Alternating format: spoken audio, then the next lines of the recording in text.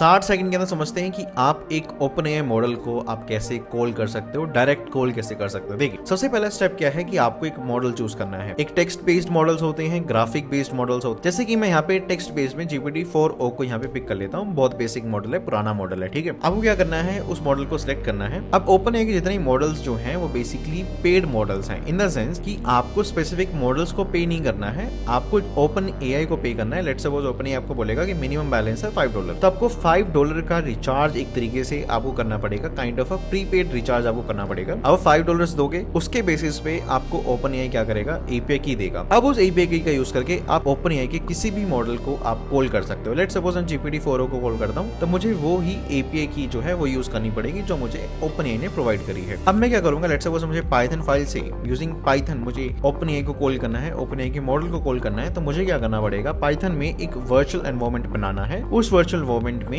Open AI library को install करना पड़ेगा। Using that open AI library हमें एक ओपन एआई क्लाइंट बनाना है। उस ओपन एआई क्लाइंट को हमें एपीआई की देनी है using environment variables and all. अब हम क्या करेंगे, उस क्लाइंट का यूज करके एपीआई कॉल करेंगे, जिसके अंदर हमें 3 चीजें डिफाइन करनी पड़ेगी। फर्स्ट इज द मॉडल, कि आप कौन से मॉडल को कॉल करना चाहते हो। Second is that model temperature, जो टेम्परेचर की वैल्यू होती है वो 0 से लेकर 1 के बीच में होती है। अगर आपने 1 सेट करी है तो हाईएस्ट क्रिएटिविटी का आउटपुट आपको मिलेगा, इन द सेंस कि मॉडल जो है ज्यादा सोचेगा, ज्यादा प्रेडिक्ट करेगा आपको आउटपुट देने से पहले। Third thing is the messages. इस मैसेजेस के अंदर 2 तरीके के आपको मैसेज भेजने हैं, that is a system prompt. Second thing user message, कि आपका मैसेज क्या है।